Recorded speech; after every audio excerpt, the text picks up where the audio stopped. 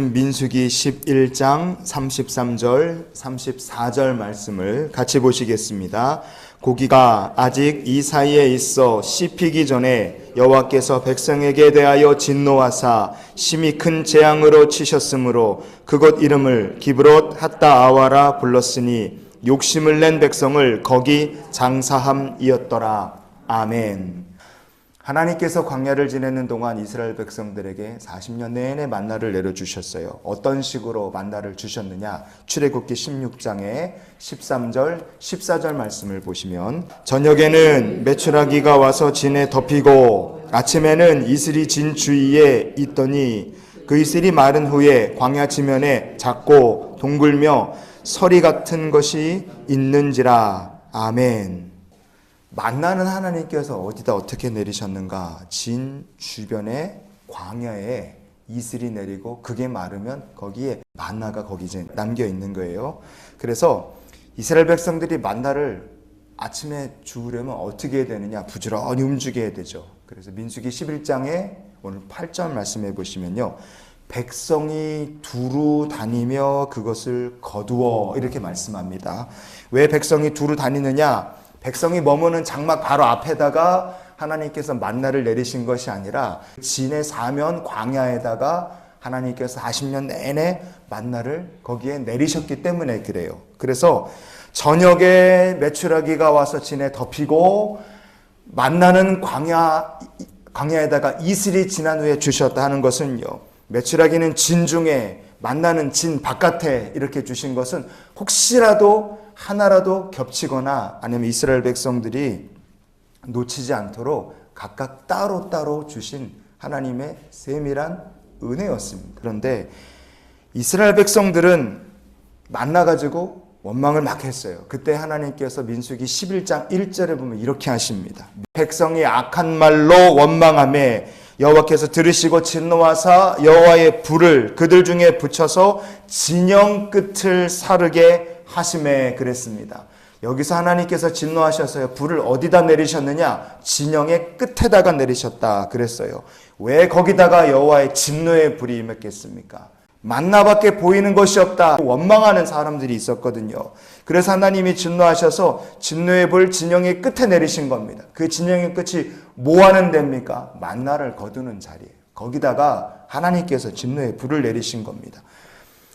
힘센 자, 전능하신 하나님께서 내리시는 하늘의 떡을 먹으면서도 감사할 줄 모르는 이스라엘 백성들을 향하신 하나님의 경고였던 거예요. 그런데 이스라엘 백성들이 만나 외에는 아무것도 우리의 눈에 뵈는 게 없다 그러면서 원망하고 고기를 달라 아우성을 쳤습니다. 그때 하나님께서 어떻게 하셨느냐? 민수기 11장의 31절 말씀을 보시면요. 메추라기를 몰아 진영 곁 이쪽 저쪽 곧 진영 사방으로 각기 하루길 되는 지면 위 곧 2규빗쯤에 내리게 한지라. 아멘. 여러분 잘 보시면요. 출애굽기 16장 말씀에서 메추라기는 어디다 하나님 떨구셨어요? 진영 안에다가. 근데 여기 보면 기브롯 핫다아와에서는 하나님께서 메추라기를 저 바다에서부터 바람을 불어서 어마어마한 메추라기 떼를 불러오셨는데 진영의 사방에다가 떨궈 놓으셨습니다. 진영의 사방은 뭐 하는 데입니까? 40년 내내 만나가 내리던 자리예요. 거기다가 하나님께서 메추라기를 갖다 놓으신 거예요. 여러분 이거는요. 정말 이스라엘 백성들이 하나님께서 얼마나 진노하셨는지를 정신을 바짝 차리고 이때 이 모습을 보고 회개를 하고 우리가 잘못했다고 하나님 앞에 겸손하게 하나님 앞에 다시 나와야 될 순간이었던 거예요. 근데 이스라엘 백성들이 정작 어떻게 했습니까? 32절 말씀해 보시면 이렇게 되어 있죠. 백성이 일어나 그날 거기 있습니다. 종일 종야와 그 이튿날 종일토록 메추라기를 모으니. 아멘. 종일 종야 그 이튿날까지 메추라기를 줍느라 정신이 없었어요. 뭘 까먹은 겁니까? 만나 줍는 걸 까먹은 거예요. 왜냐하면 만나가 안 내렸거든요. 근데 만나가 안 내려도 신경도 안 쓰고 산 겁니다. 만나라는 것은 하나님께서 함께 하신다는 하나님의 은혜의 상징, 임재의 상징, 그 만나를 먹는다는 건 우리가 하나님의 백성이라는 뜻이에요. 그런데 기브롯 핫다와에서는 탐욕 때문에 우리가 하나님의 백성, 하나님의 은혜 임재 속에 산다는 것을 이들이 까맣게 읽고 잊어버리고 욕심으로 눈이 벌게서 종일 종약 메추라기를 주운 겁니다.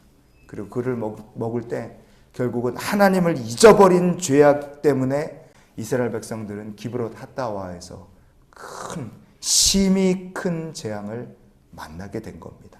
여러분, 그래서요, 기브롯 핫다와에서의 재앙은 하나님을 잊은 자에게 내리신 재앙이라는 것을 우리가 잊지 않았으면 좋겠습니다.